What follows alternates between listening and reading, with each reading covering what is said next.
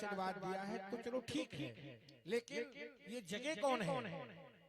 देवी उषा बोली ये सोनितपुर राजधानी है, ये सोनितपुर है, यहाँ के राजा बाणासुर हैं जो हमारे पिता हैं, और ये महल उनकी बेटी का है, मेरा नाम देवी उषा है। पूरा परिचय बता दिया। अब बातचीत में जो है प्रेम भाव बढ़ गया, दोनों में प्रेम भाव बढ़ गया। भाई भोले बाबा का दिया वरदान कहाँ असफल जाएगा, प्रेम भाव बढ़ गया। लगभग 15 दिन बीते। 15 दिनों के बाद किसी ने ये खबर कर दिया बाणासुर को कि पता नहीं कोई राजकुमार आपकी बेटी के साथ में महल में रहता है। अब बाणासुर भैया आया क्रोध में, लेकर के नंगी तलवार दौड़ता है, जल्दी आया और महल में अंदर घुस गया। जा करके देवी उषा के कक्ष में देखा तो जिस समय बाणासुर आया उस समय अनिरुद्ध सो रहे थे। बाणासुर बोला कि मैं हूं बाणासुर और मैं ताल ठोक करके सिंहों के जबड़े फाड़ता हूं, मैं हाथियों के मस्तक को फोड़ता हूं, मैं वो बाणासुर हूं। और कहा कि इसको जल्दी जगाओ, मैं बाणासुर हूं, मैं सोते को नहीं मारूंगा। अगर मैंने सोते सोते इसको मार दिया तो फिर तौहीन हो जाएगी हमारी। मैं जगा करके इससे युद्ध करूंगा, इसे मारूंगा। ये कैसे आ गया यहाँ भक्तों? बाणासुर ने पूरा महल जो है सरदारों से सैनिकों से घिरवा दिया कि जैसे जगह तैसे हमको खबर करो। अब भैया बाणासुर इतना कह करके चला गया। सो रहा था, नहीं तो युद्ध हो जाता। अनिरुद्ध जी सो रहे थे, नहीं तो घमासान युद्ध होता।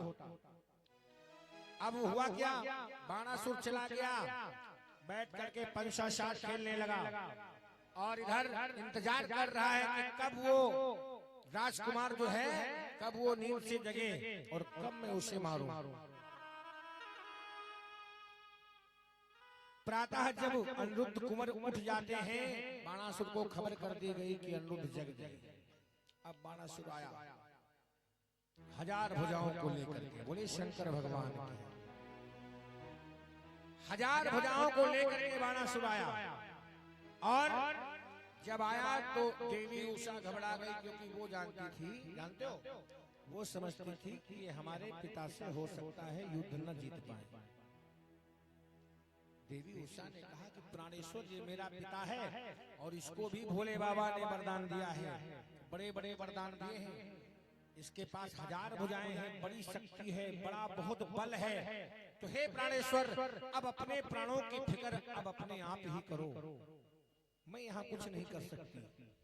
तो अनिरुद्ध ने जब सुना, बाणासुर खड़ा है सामने, अनिरुद्ध कहने लगे अरे देवी, जब तुम्हारे पिता के पास 1000 भुजाएं इतनी शक्ति है तो क्या अनिरुद्ध मोम की मूर्ति नहीं है जो धूप लगने से पिघल जाएगी?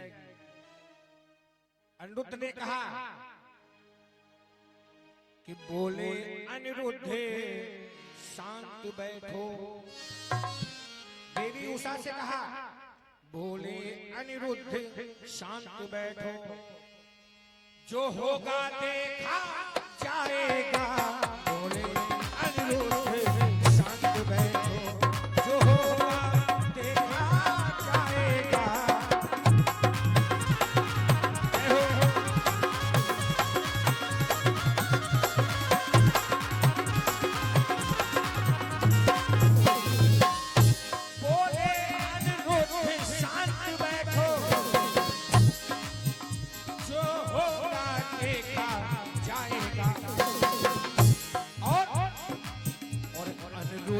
मोम की मूर्ति नहीं, अनिरुद्ध मोम की मूर्ति नहीं, जो गर्मी से पिघलाएगा। मोम की मूर्ति नहीं।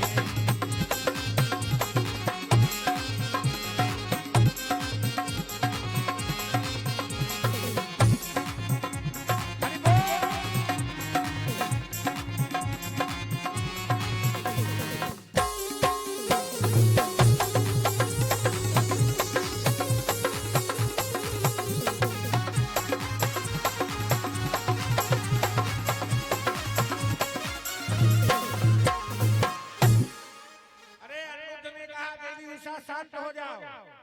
इतनी देर से माँ जो है अपने पिता की बहुत बहादुरी कर रही हो। ये है वो है, ये है, 1000 भुजाएं हैं, 2000 भुजाएं, क्या होता है 1000 भुजाओं से?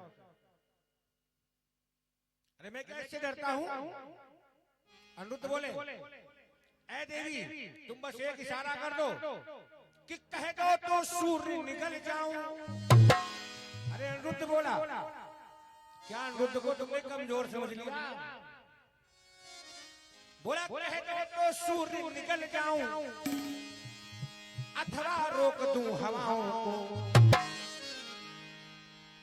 और बांध दूं एक ही धागे में। बोला बांध दूं एक ही धागे में, दूसरे धागे की जरूरत नहीं पड़ेगी। बोला बांध दूं एक ही धागे में और मैं इसकी सहस भुजाओं को बांध दूं एक ही धागे में, मैं इसकी सहस भुजाओं को।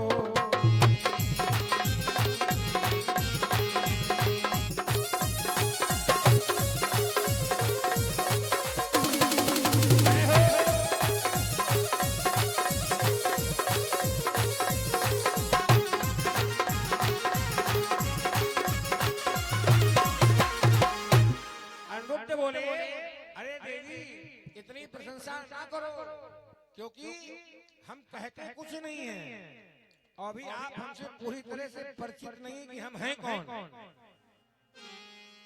एक इशारा कह दो, कहो सूर्य को मुख में रख लूं, एक इशारा कर दो, ये जो चारों दिशाओं की हवा चल रही है ये हवा को रोक दूं मैं। और ये 1000 भुजाएं जो बता रही हूँ ना, एक ही धागे की जरूरत है हमारे पास। एक ही धागे में मैं 1000 भुजाओं को बांध दूंगा, जीवन भर नहीं छोड़ा पाएगा। बोले शंकर भगवान की। इतनी देर से हमारे जो है इतना बड़ाई कर रही हो, अब जब इतना सुना देवी उषा को थोड़ी सांत्वना मिली कि हाँ हमारे भी प्राणेश्वर कुछ है, अब नहीं है डर अपने पिता का, अब जो होगा सो देखा जाएगा। भोले बाबा ने मुझे वरदान में दिया था, तो आज इतना ही कह करके अनिरुद्ध ने जानते हो क्या किया? यूं कहकर बलबीर ने किया इष्ट का ध्यान, इष्ट भगवान का ध्यान किया और आकाश से एक जो है हाथों में अनिरुद्ध की शिला आ गई, शक्ति की शिला। और जब वो शिला आई है तब बाणासुर भी समझ गए कोई मामूली नहीं है, भागो नहीं तो गए काम। अब वो शिला देख करके भाग गया बाणासुर, अपने अपने प्राण बचा करके भाग निकला वहां से। कहा ये भी कोई माया भी कोई मामूली नहीं है। लेकिन अब जा करके दोबारा जो है बाणासुर अपनी शक्तियों के साथ आता है। घमासान युद्ध हुआ भैया, जो भी बाणासुर प्रहार करता है अनिरुद्ध उसे चुटकी में तोड़ देते हैं। अब बराबरी की टक्कर है, बराबरी है नहीं, बाणासुर क्या है अनिरुद्ध के सामने, कुछ भी नहीं है। लेकिन अंत में बाणासुर के पास जो भोले बाबा के दिए हुए शस्त्र थे, बस उससे अनिरुद्ध मजबूर हो गए, क्योंकि भोलेनाथ की भी मर्यादा रखनी है ना। अब बाणासुर ने जो बाणासुर को भोले बाबा ने नाग फांस दिया था, नाग फांस अस्त्र। अब जब बाणासुर की सारी शक्तियां अनिरुद्ध ने समाप्त कर दी, तो अब वो नाग फांस रख करके जो है आगे बढ़ा।